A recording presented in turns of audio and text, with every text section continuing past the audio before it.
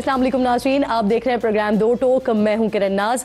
मुल्क का सर्द होता हुआ मौसम सियासी दर्जा हरारत को भी कूल डाउन ज़रा करता हुआ दिखाई दे रहा है। मज़ाहमत नहीं, मफाहमत की बातें हो रही हैं, मिल बैठ कर रास्ता निकालने की कोशिशें होती हुई दिखाई दे रही हैं, नज़र आ रही हैं। कम अज़ कम वज़ीर आज़म शहबाज शरीफ की जानिब से मुज़ाकरात की पेशकश और अपोजिशन की जानिब से इसको कबूल करने के बाद सीनियर सहाफ़ी अंसार अब्बासी साहब उन्होंने खबर दी है कि हुकूमत और तहरीक इंसाफ में आला सतह पर राबता हुआ है। हुकूमत ने PTI को पैगाम दिया है कि वो इदारा जाती और आइनी इस्लाहात, कौमी सियासी मामलात, पार्लियामेंट को मजबूत बनाने, कानून की हुक्मरानी और वसी तर जमहूरी इस्लाहात पर मुज़ाकरात के लिए तैयार है। आइनी दायरा कार में रहते हुए सियासी कैदियों और दीगर कौमी सतह के मामलात पर बातचीत पर भी गौर किया जा सकता है, लेकिन मुज़ाकरात में 2024 इलेक्शन पर कोई बात नहीं होगी, क्योंकि अगर ऐसा होता है तो फिर लाजमी तौर पर 2018 और उससे पहले होने वाले दीगर आम इंतखाबात पर भी सवालात उठेंगे, जो अमली तौर पर मुमकिन है और ना सियासी तौर पर काबिल अमल है।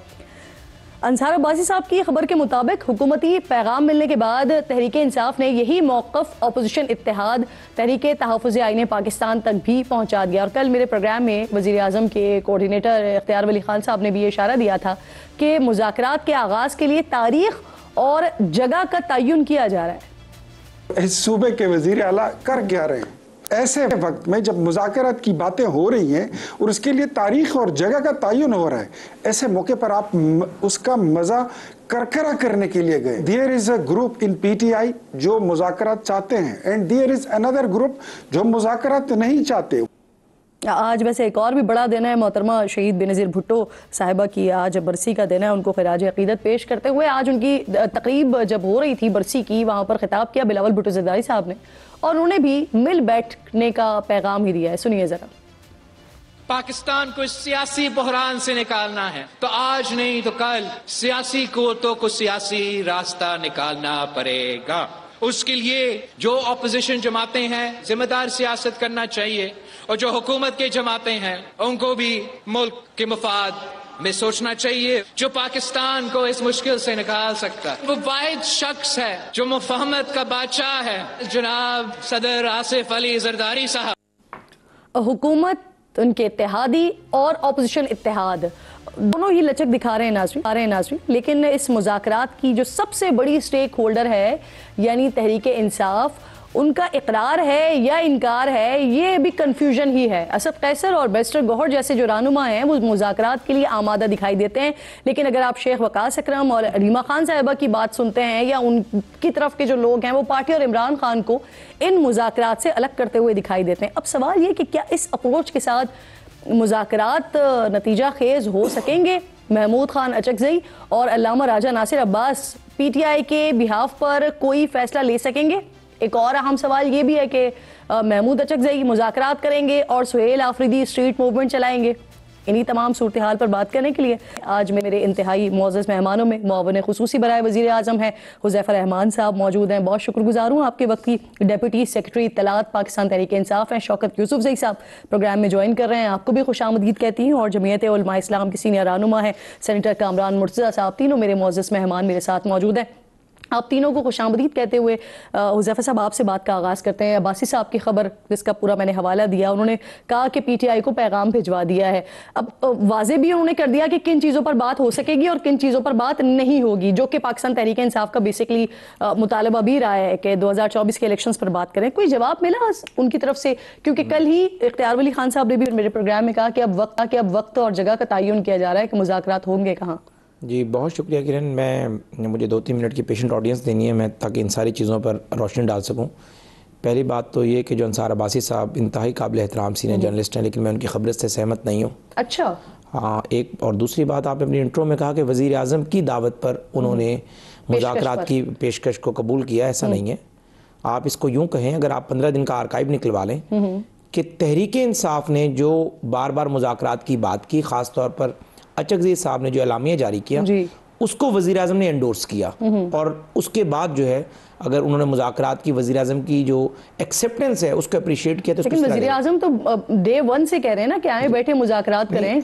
वजीर आज़म साहब नहीं बल्कि हमारी पूरी जमात मियां नवाज शरीफ साहब की लीडरशिप में, आपको याद होगा राना सनाउल्लाह साहब, इरफान सिद्दीकी की सरबराही में कमेटी बनी थी, शहबाज फ्लोर पर इसको एंडोर्स किया था। ये बात आपकी है, लेकिन वजीर आज़म साहब ने कही है, क्योंकि जिस ऐलान का तस्करा कर रहे हैं ना वजीर आज़म ने, तो ऐसी कोई बात नहीं की। मैं बात तो मुकम्मल कर लूं। वजीर आज़म साहब ने बार बार मुज़ाकरात को अप्रिशिएट किया और हम एनकरेज करते हैं, हम सियासी लोग हैं, लेकिन चूंकि आप अब बात ये कर रही हैं, अमूमी तासुर हमारे खिलाफ बयानियां बनाया जा रहा है कि हुकूमत गोडों पर आ गई है, हुकूमत मुज़ाकरात करना चाह रही है। हमारी मुज़ाकरात बिल्कुल ख्वाहिश हैं, लेकिन मौजूदा वाक़े के अंदर तहरीक इंसाफ को मजबूर किया गया है, बानी तहरीक इंसाफ की जानिब से कि इनसे मुज़ाकरात करो। जब उन्हें सजा सुनाई गई तोशाखाना 2 केस में और बीबीसी ने उसको रिपोर्ट किया कि उनके वकील को ने कहा बाहर आकर के वो शौक में चले गए, 2 लफ्ज़ इस्तेमाल किए, गुस्सा एंड देन शौक।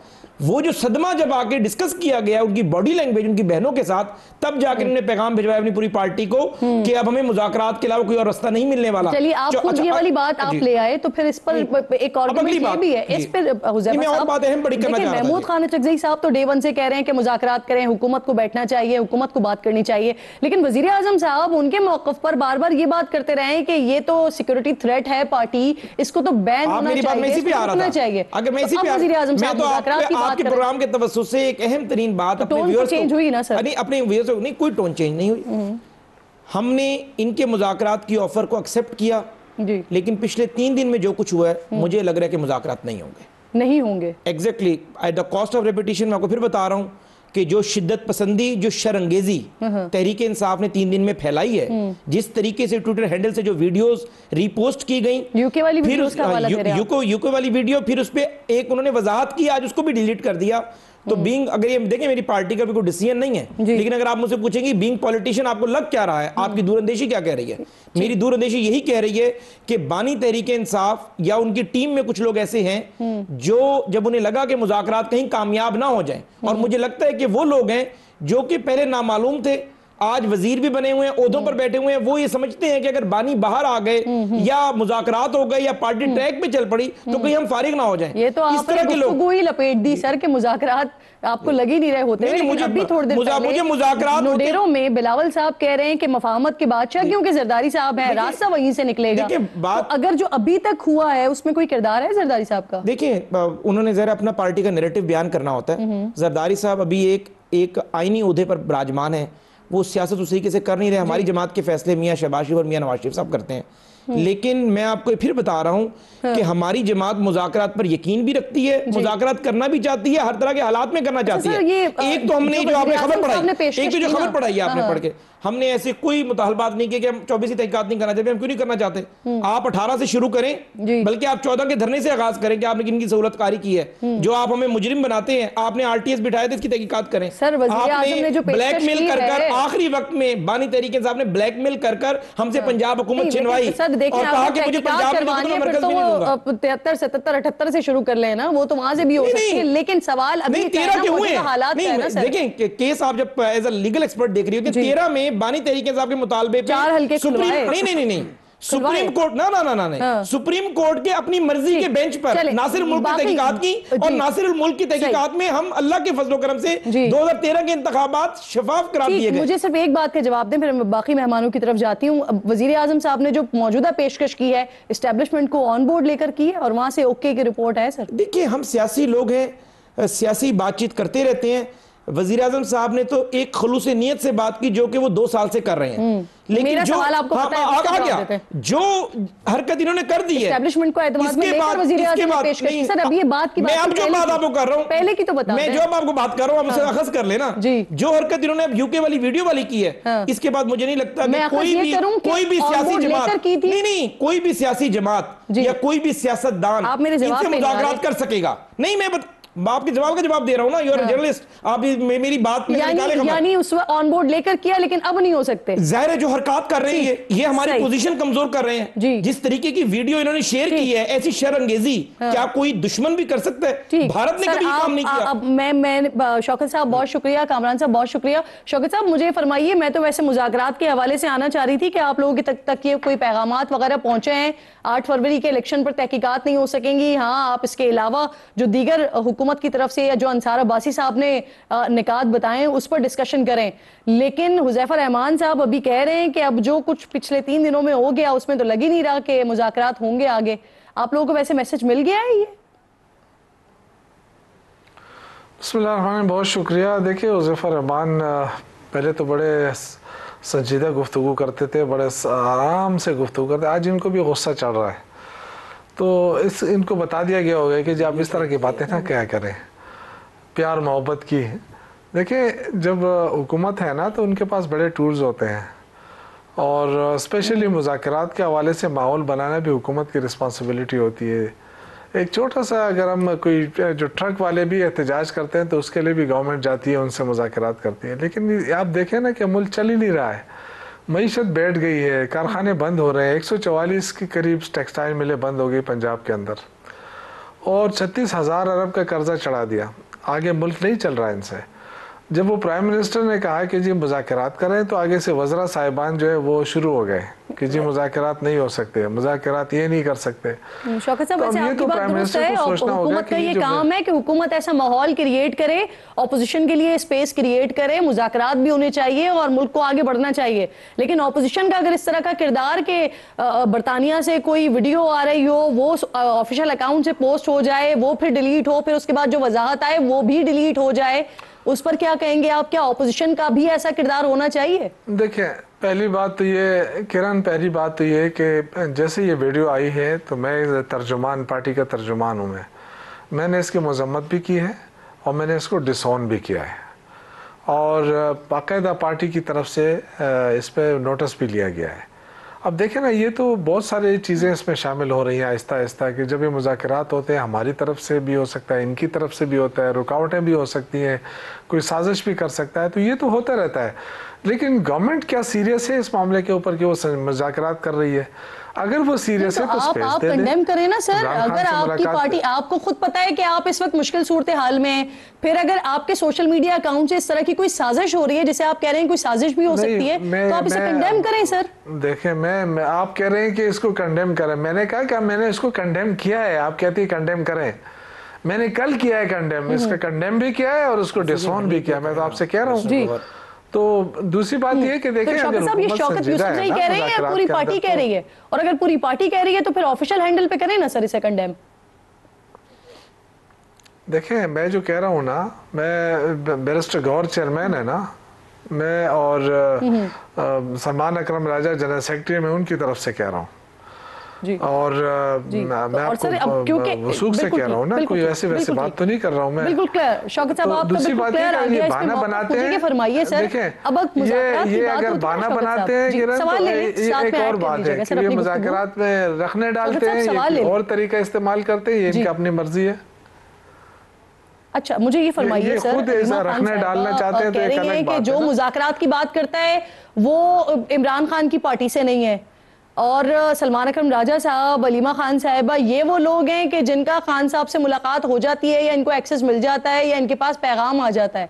अब ऐसा कैसे मुमकिन है सर कि आपकी पार्टी के जो चेयरमैन है या जो आपकी पार्टी की हायरार्की है वो मुज़ाकरात की बात कर रही हो और जो खान साहब से इन कॉन्टैक्ट हैं वो लोग कहें कि ये खान साहब से उनका ताल्लुक ही नहीं है? तो फिर ऐसे मुज़ाकरात का अमल बढ़ेगा कैसे आगे? देखिए, पहली बात तो ये कि मुज़ाकरात का जो हक है ना या इख्तियार है वो तो महमूद खान अचकज़ई को मिला हुआ है और नासिर अब्बास साहब को मिला हुआ है, तो क्यों नहीं कर रही हो गवर्नमेंट? उसमें कौन सी रुकावट है? और देखें, अगर अलीमा बीबी या कोई और बात करता है तो उनको गुस्सा है, क्योंकि उनके साथ क्या सलूक हो रहा है। मुज़ाकरात पे या महमूद खान अचकज़ई साहब की ऑफर पे कोई फर्क नहीं पड़ता या नहीं पड़ेगा? नहीं, देखिए, नहीं, मैं देखें, जब खान साहब ने जब तक ये नहीं कहा है कि मुज़ाकरात ना हो या ना करें, तो वो तो अभी तक उनकी तरफ से तो ऐसी कोई बात नहीं आई है ना। महमूद खान अचकज़ई जो है वो फुल इख्तियार रखते हैं और उनके साथ पार्टी पुश पे खड़ी है, तो जब मैं कह रहा हूँ कि अगर मुज़ाकरात गवर्नमेंट करना चाहती है तो क्यों नहीं शुरू करके देखे ना, अभी तक उन्होंने महमूद खान अचकज़ई को कौमी असम्बली का अपोजिशन लीडर नामजद नहीं किया, इसी तरह सेनेट के अंदर चेयरमैन नामजद नहीं, अपोजिशन लीडर नामजद नहीं किया। तो हुकूमत की तरफ से खुद देखें ना ताउन कहाँ हो रहा है। फिर आप कह रहे हैं कि जी इमरान खान, अच्छा मुज़ाकरात जब इमरान खान की पार्टी से होंगे तो डेफिनेटली आप इमरान खान को रिलीफ देंगे, इमरान खान से मुलाकात की इजाज़त देंगे। जाहिर है इस तरह तो नहीं हो सकता कि हम अपने तौर पे यहाँ बैठ के फैसले करें। तो इसमें क्या रुकावट है, गवर्नमेंट क्यों रुकावट डाल रही है? तो ये तो आप गवर्नमेंट से पूछना चाहिए। यहाँ बैठ के आके कहते हैं ये इंतशारी है, ये कर रहे हैं, इनको तो मौका मिलना चाहिए। और ये कौन कर रहा है, इस भी हम इन्वेस्टिगेट कर रहे हैं हम सारी चीज़ों का अपने पार्टी के अंदर भी। लेकिन मुझे तो लग रहा है कि गवर्नमेंट जो है वो इख्तियार नहीं है, इसलिए इससे बात कर लेती है, आगे नहीं बढ़ना चाहती। अच्छा ठीक है, मैं हुज़ैफा साहब से इसका जवाब लूंगी, लेकिन कामरान साहब सर ये फरमाइए कि इस वक्त मौजूदा सिचुएशन में हुकूमत की जानिब से मुज़ाकरात की पेशकश, अपोजिशन के महमूद खान अचकज़ई साहब की तरफ से मुज़ाकरात की बात करना, मौजूदा हालात में आपको ये संजीदा कोशिश दोनों तरफ से नज़र आ रही है? क्योंकि इससे पहले तो आपकी जमात मौलाना साहब कहते रहे कि संजीदगी नहीं है दोनों तरफ से। तो आपकी बात वगैरह हुई है मौलाना साहब से इस सारे मामले पर? उनको कोई संजीदगी नजर आ रही है या वो कोई अपना किरदार अदा कर सकते हैं इस सारे मामले में? मौलाना इस वक्त पंजाब के दौरे पे हैं और मेरी बात नहीं हुई उनसे इस हवाले से, मगर एक सियासी अमल है और अगर मुज़ाकरात होते हैं तो JUI इस सियासी अमल की हमायत करेगी और इस सियासी अमल को अप्रिशिएट करेगी।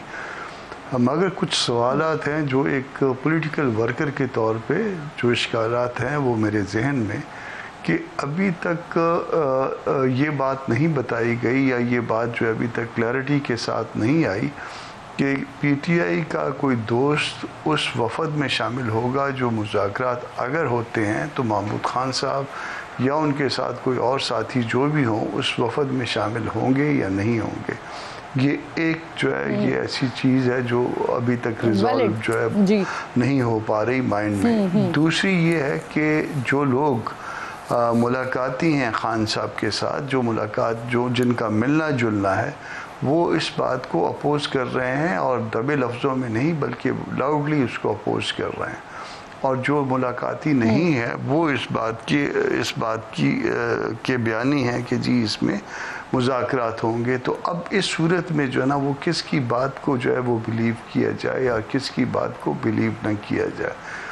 इस सारी सूरत हाल के पस मंज़र में जो एक चीज़ आई है जिसकी अभी तक वजाहत नहीं आई मगर ये मीडिया में आ गई है और तरदीद भी नहीं आई कि 8 फरवरी 2024 के इलेक्शन पे कोई बात नहीं होगी। तो कम से कम एक बात कंसीड कर ली गई कि यहाँ पे कोई जो है वो घपला ज़रूर है और ऐसा घपला है कि जिसका ऑडिट नहीं होने दिया जाना चाहते दोस्त हजरात।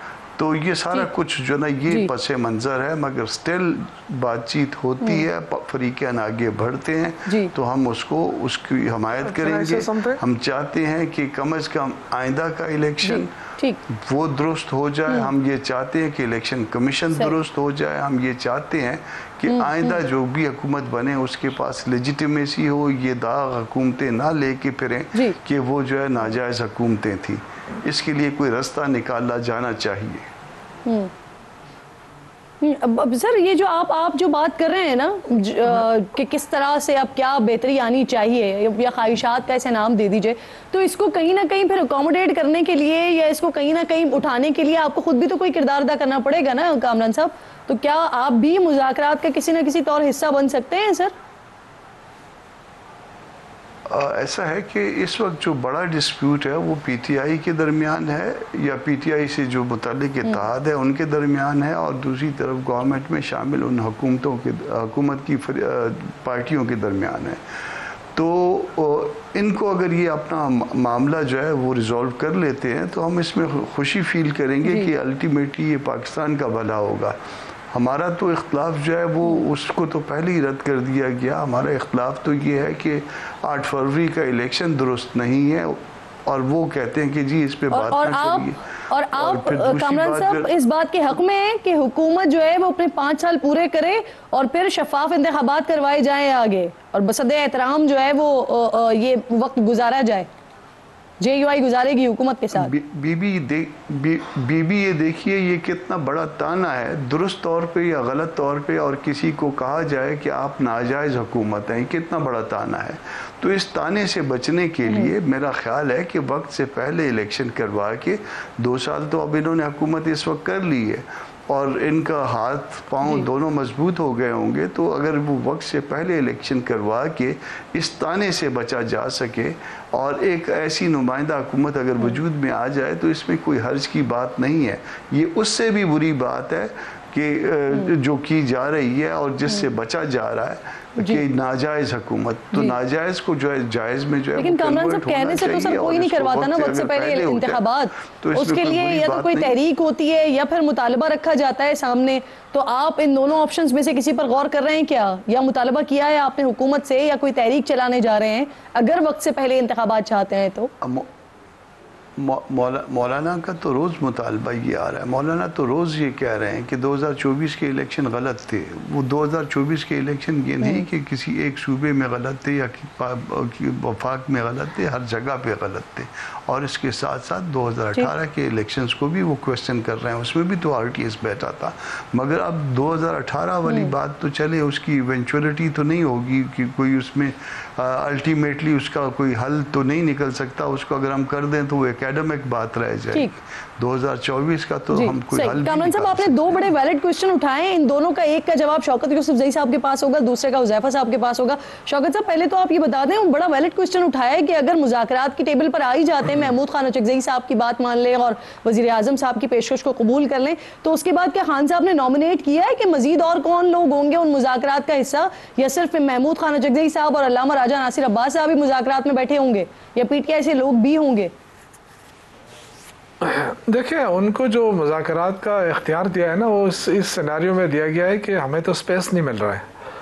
PTI का जितने भी हम आप देखें ना कि हमने हमारे जितने अपोजिशन लीडर थे, चाहे वो पंजाब के थे, सेनेट में थे, सर आपके पास आपके लोग होंगे उसमें? सुना दी गई हमारे नहीं हमारे लोग होंगे, लेकिन वो तब होंगे जब ये मुज़ाकरात शुरू हो जाए, कोई माहौल बनाए, कोई रिलीफ मिले PTI को, बिल्कुल करेंगे मुज़ाकरात, क्यों नहीं करेंगे।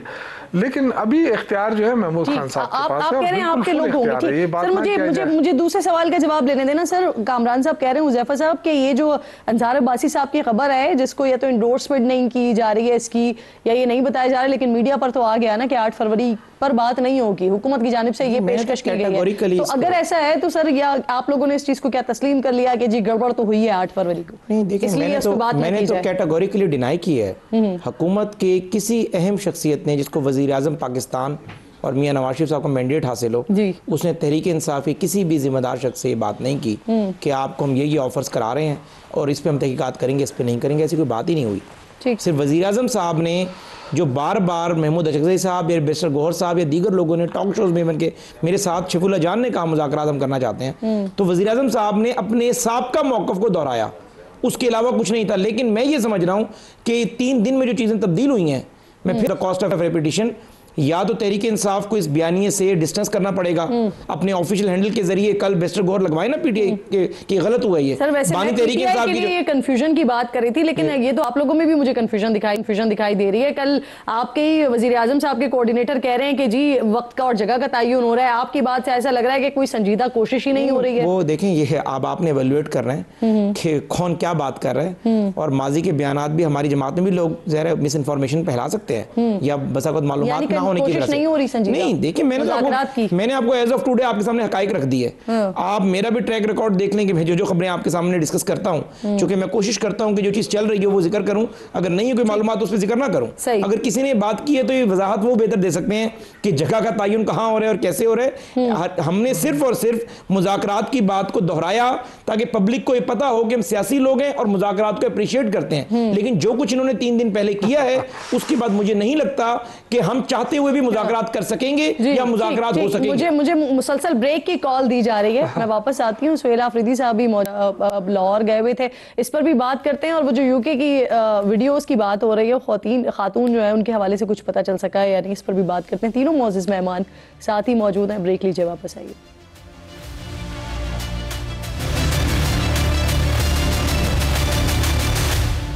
प्रोग्राम में एक बार फिर आपको खुशामदीद कहती हूँ। वज़ीर आला खैबर पख्तूनख्वा कल पंजाब पहुँचे और वहाँ पर उनकी तरफ से क्या हुआ और उनके साथ क्या हुआ, इस सिचुएशन पर बात करने के लिए मेरे तीनों मौजूद मेहमान साथ ही मौजूद हैं। शौकत साहब, ज़रा यहाँ पर आपसे शुरू कर लेते हैं ना। सुहेल आफरीदी साहब वहाँ पर पहुँचे और उसके बाद जो फुटेजेस हमारे सामने आई हैं और उन्हीं के ही एक वज़ीर मीना खान साहब, उनके जिस तरह के स्टेटमेंट्स सामने आए हैं, आप समझते हैं कि ये वैसे होना चाहिए, ये इस तरह के स्टेटमेंट्स होने चाहिए सर? देखें, बात यह है ना कि जब एक सीएम जाता है किसी सूबे के अंदर तो कोई किसी मुल्क से वो कोई वीज़ा के लेकर तो नहीं जाता है ना कि वीज़ा एक मरासला जाता है। 2 दिन पहले मरासला किया कि जी मैं 2 दिन क़याम करूँगा, ये मेरी एक्टिविटीज़ होंगी। वज़ीर जो वहाँ के दाखिला महकमा है वहाँ पे भेजा गया।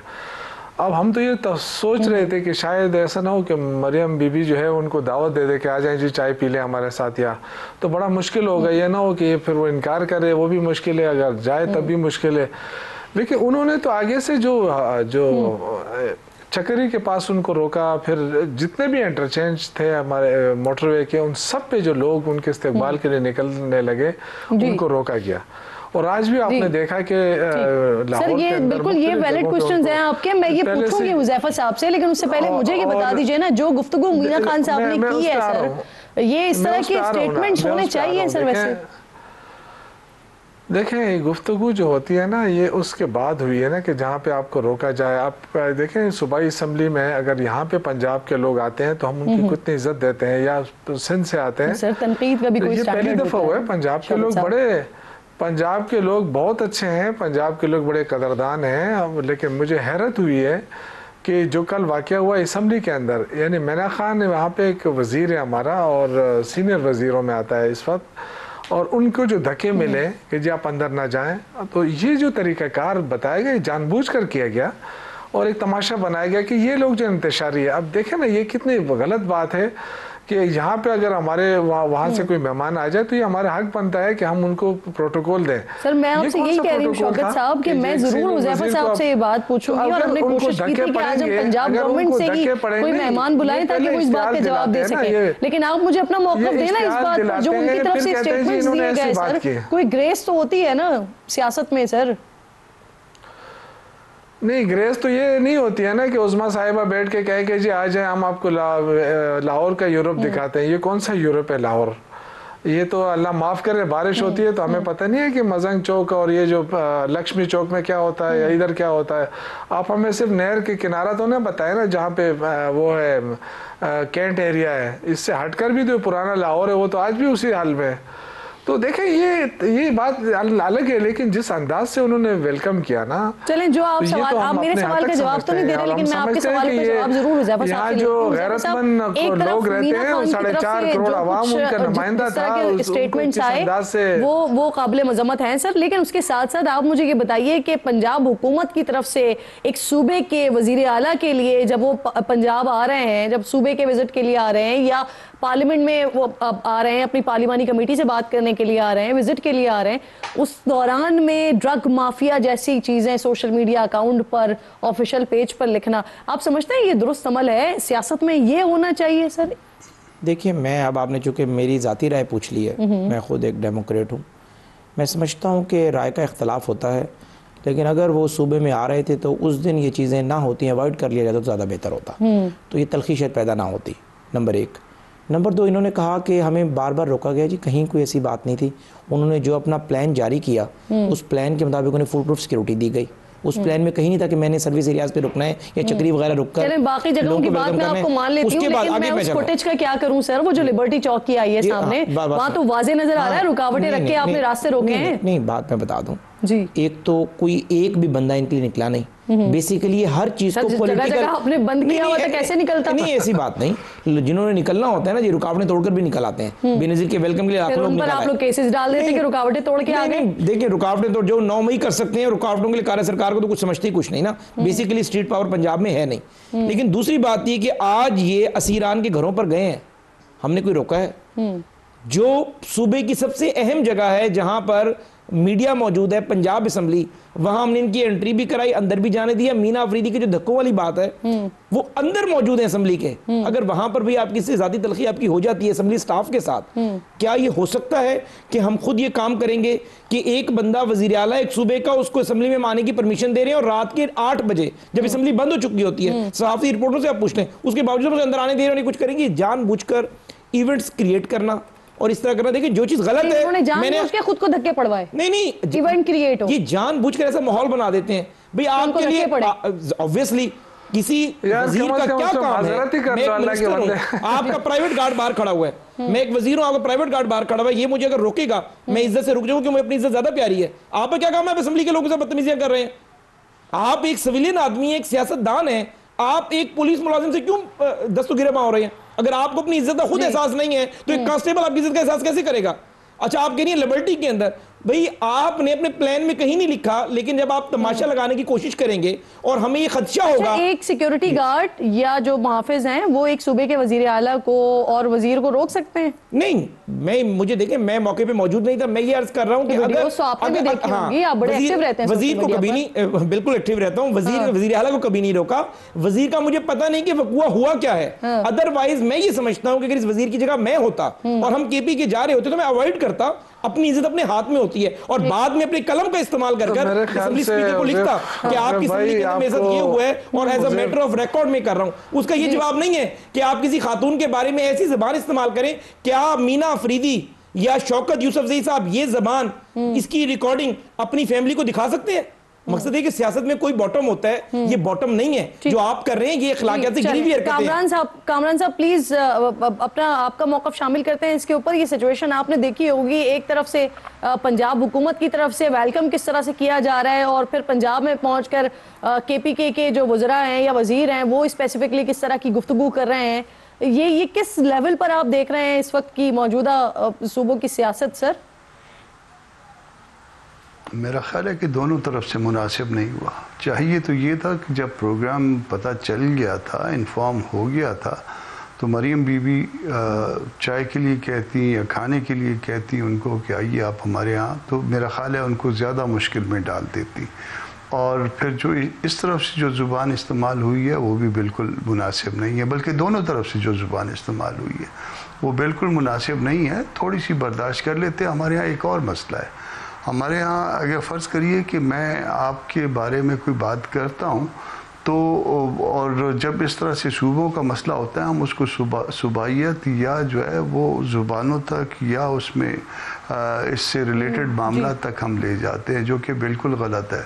दोनों तरफ जो है वो अच्छे लोग रहते हैं, दोनों तरफ कोई ऐसे बुरे लोग नहीं रहते, मगर इसको फिर हमने इतना एक्सप्लॉइट किया है सोशल मीडिया पे दोनों तरफ के अफराद ने कि वो फिर तूफ़ान बदतमीज़ी खड़ा कर दिया गया है। मामलात को दुरुस्त समत पे चलना चाहिए, हमने आगे दुनिया के साथ चलना है और वो हम चल नहीं पा रहे हैं। जी जी, आपकी बात दुरुस्त है सर। ये पार्टियों की जो आपसी चप्पलिश होती है इसको फिर लिसानियत का नाम दे दिया जाता है, सुबह का नाम दे दिया जाता है। बहुत शुक्रिया मेरे तीनों मौजूद मेहमान। जी शौकत साहब कंप्लीट कर लें सर, मैंने क्लोज करना है सेगमेंट। मैं ये कहना चाहता हूँ कि देखें ये एक अच्छा मौका था। इससे जब एक तरफ आप मुज़ाकरात की बात भी कर रहे हैं तो बेहतर ये होता कि एक अच्छा वो मिलता, इस्तकबाल मिलता, तो मेरा ये ख्याल था कि बहुत अच्छी सूरत हाल बन जाती है। लेकिन हुकूमत ने जो है ना ये भी ज़ाया कर दिया मौका, और फिर उसके बाद बहुत बहुत शुक्रिया आपका, तीनों मौजूद मेहमान मेरे साथ मौजूद थे। सब ब्रेक लीजिए नाज़रीन, ब्रेक के बाद वापस आते हैं। तो 2025 भारत के लिए कैसा रहा है? हम तो खैर मई से ही बता रहे हैं मुसलसल, लेकिन अब भारत में खुद भारतीय हुकूमत को बताया जा रहा है कि ये 2025 जो साल था ये आपके लिए इंतहाई वर्स्ट साल था। तफसील से बात करते हैं ब्रेक के बाद।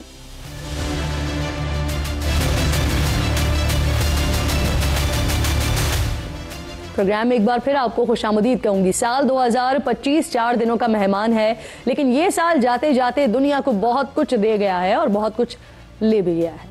अपनी बात करें तो पाकिस्तान के लिए 2025 किसी शानदार साल से कम नहीं रहा। सफारती मैदान से लेकर मैदान जंग तक पाकिस्तान ने हर तरफ अल्हम्दुलिल्लाह शानदार कामयाबी के झंडे गाड़े हैं। तो दूसरी तरफ पाकिस्तान के हवाले से मनफी सोच और इरादे रखने और पाकिस्तान को कमज़ोर समझने की गलत फहमी पालने वालों के लिए ये साल शदीद डरावना ख्वाब साबित हुआ है।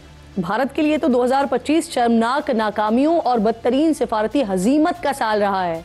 इस बात का इकरार खुद भारतीय मीडिया और भारतीय वजारत खारजा की रिपोर्ट्स कर रही हैं।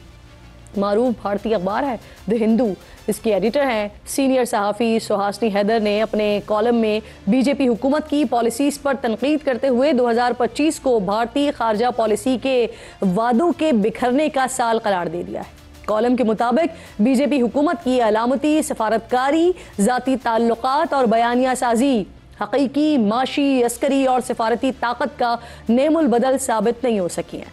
भारत ने न सिर्फ खुद से बल्कि शराकत दारों से ऐसे वादे किए जिन पर अमल दरामद के लिए कोई असर रसूख और ताकत मौजूद ही नहीं थी। अमेरिका के साथ ताल्लुकात पर अखबार ने लिखा कि साल 2025 भारत के लिए इस सदी का मुश्किल तरीन साल साबित हुआ है, जहां 25% टैरिफ, रूसी तेल पर इजाफी पाबंदियां और H1B वीज़ा पर पाबंदियों ने यह वाज़ेह कर दिया कि वाशिंगटन के साथ दिल्ली की पार्टनरशिप मशरूत और मफादाती नौयत की है। कॉलम में कहा गया है कि 2017 के मुकाबले में 2025 की अमेरिकी नेशनल सिक्योरिटी स्ट्रैटेजी में भारत का किरदार इंतहाई हद तक समेट दिया गया है। सुहासनी हैदर मजीद लिखती है कि चीन और रूस के साथ आला सतही मुलाकातों के बावजूद लाइन ऑफ एक्चुअल कंट्रोल पर कोई ठोस सिक्योरिटी पेशरफ्त न हो सकी।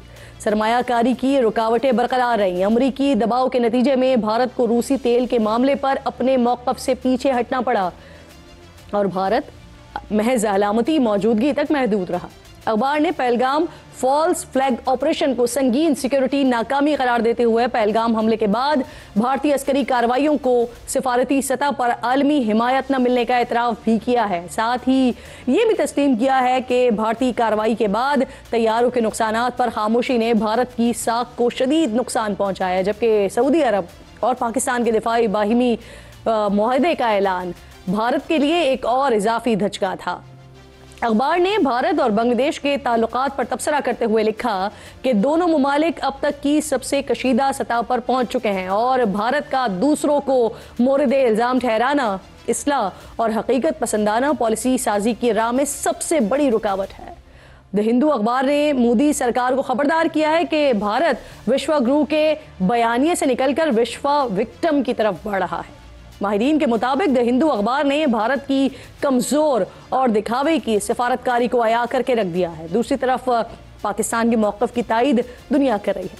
अक़वाम मुत्तहिदा से लेकर बैनुल अक़वामी मोतबर तरीन जरीदे तक पाकिस्तान की सिफारती कामयाबी और आलमी उफ़क़ पर ताकतवर फैसला साजी की गवाहियाँ दे रहे हैं। 3 दिन पहले बरतानवी जरीदे फाइनेंशियल टाइम्स ने chief of defence forces field marshal army chief general Asim Munir की मुतासर कुन शख्सियत का एतराफ़ करते हुए उन्हें बदलते आलमी निज़ाम में मौसर स्ट्रेटजिक रहनुमा करार दिया है।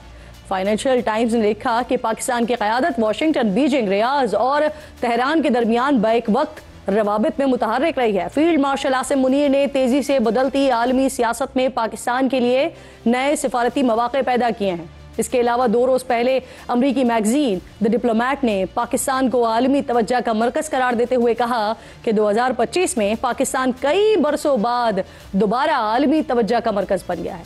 द डिप्लोमैट के मुताबिक भारत के खिलाफ पाकिस्तानी अफवाज की कारकर्दगी ने अस्करी तवाज़ुन वाज़ेह कर दिया है। मैगजीन के मुताबिक साल 2025 पाकिस्तान के लिए स्ट्रेटेजिक वापसी और अस्करी एतमाद की बहाली का अहम मोड़ साबित हुआ है। अमरीकी मैगजीन ने मजीद लिखा कि अफवाज पाकिस्तान ने भारतीय मुहिम जोई का मौसर जवाब दिया है, जिसके असरात भारत के ताल्लुकात पर भी मुरतब हुए हैं। दुनिया का मशहूर अमरीकी जरीदा फॉरेन पॉलिसी भी पाकिस्तान की खारजा पॉलिसी का एतराफ़ किए बिना नहीं रह सका। 2 रोज़ पहले फॉरेन पॉलिसी ने अपनी रिपोर्ट में सदर डोनाल्ड ट्रंप की नई खारजा पॉलिसी में पाकिस्तान को बड़ी कामयाबी के साथ विनर जबकि भारत को वाज़ेह तौर पर लूज़र करार दिया है। फॉरेन पॉलिसी ने लिखा है कि पाकिस्तान ने वो कुछ हासिल किया जो कई इत्तेहादी भी हासिल नहीं कर सके। प्रोग्राम का वक्त अपने अख्तिताम को पहुंच। इंशाअल्लाह नाज़रीन से मुलाकात होगी कल। अपना और अपने मुल्क का खास ख्याल रखिए। फ़लस्तीन को, मकबूजा कश्मीर को अपनी दुआओं में याद रखिए। अल्लाह निगहबान।